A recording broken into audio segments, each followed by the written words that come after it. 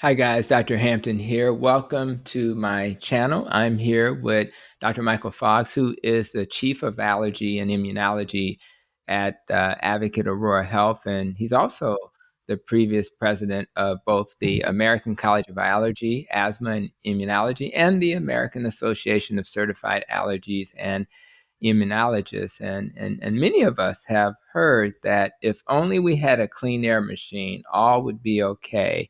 The real question is whether a clean air machine is worth the investment. And if so, what should we be looking for when we purchase one? So today I've asked Dr. Foggs to provide some guidance. So Dr. Foggs, what's your thoughts about clean air machines at work or in our homes? Hello, Dr. Hampton. There are different circumstances that require different interventions. If you happen to have central air filtration in your HVAC system and it's high efficiency, you may be able to get away without having a portable air cleaner, sometimes referred to as an air purifier.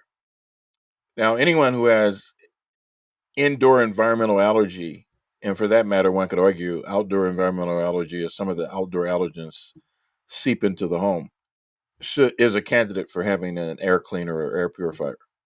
And the reason is because the efficient air cleaners have the ability to reduce particulate matter, whether it's an allergen, whether it's a microbial agent, or whether it's an air pollutant, that are down to zero point 0.3 microns diameter or greater.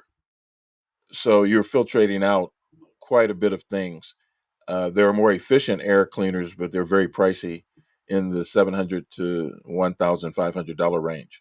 For the average household, the question has to be asked as to whether or not you want an air cleaner for an entire edifice, 3,000 square feet, or whether you're trying to focus on a specific location, such as a bedroom, especially for those individuals who are allergic to animals that are inside the home.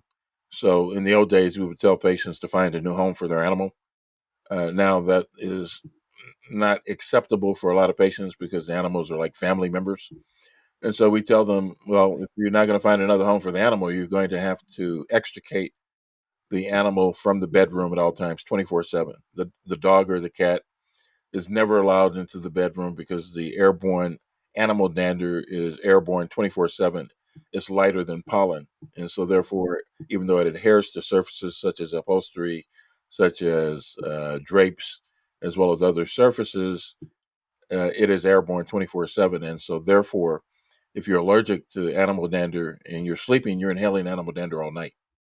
And for some people, even if they don't have asthma, that can be problematic, causing lower airway symptoms. But if you're asthmatic, then you're almost guaranteed to have asthma symptoms as a result of inhaling so much animal dander because the allergen burden is so high by virtue of the animal dander being concentrated in the bedroom. So if you extricate the animal from the bedroom, shut the bedroom door, which is critically important, operate the air cleaner 24 hours a day, then now you have a safe haven where the allergens, irritants, pollutants, microbial agents are now being removed gradually from the air 24/7. And the efficiency of that process is going to be dictated by matching the size and capacity of the air cleaner to the size of the room.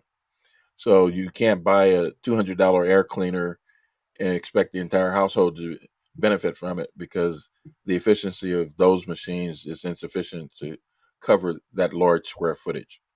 But on the other hand, if you have an average sized bedroom, and if you have a huge bedroom with deep ceilings, or you live in an area where there's a loft, you may want to get a console humidifier, which covers more territory.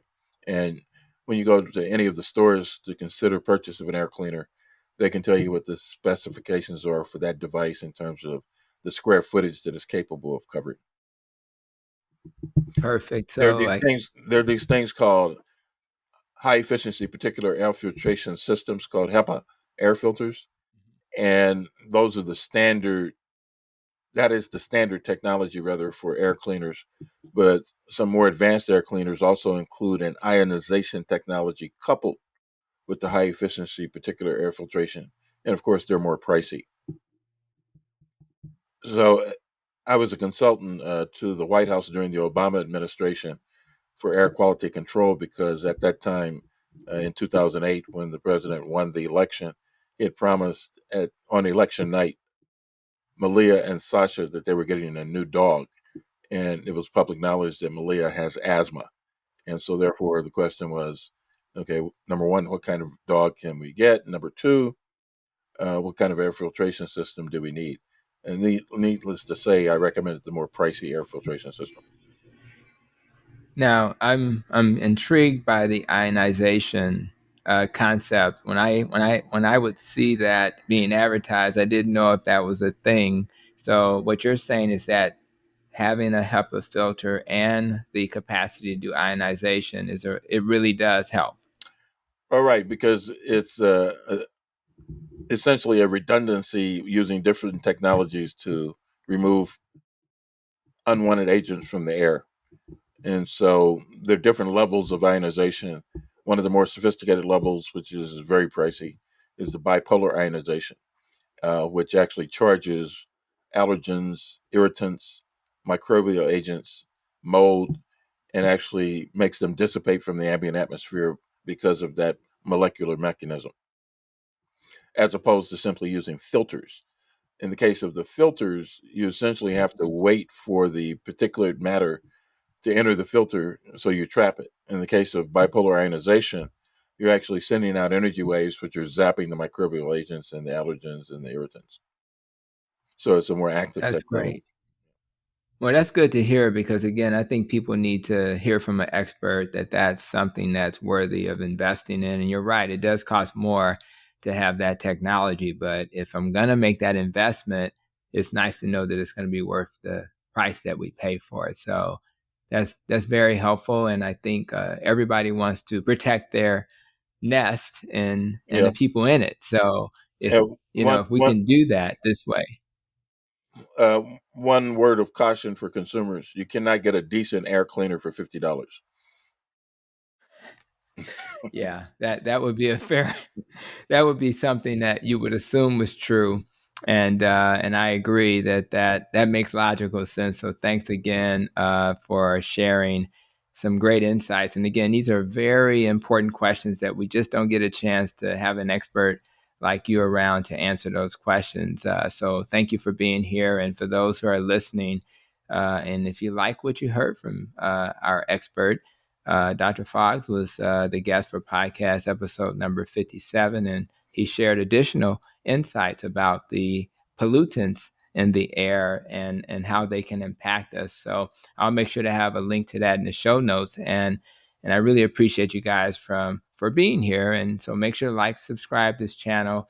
And until we have another educational video from an expert, be safe, be well, and continue to protect your nest. And thanks again, Dr. Foggs, for being here. My pleasure.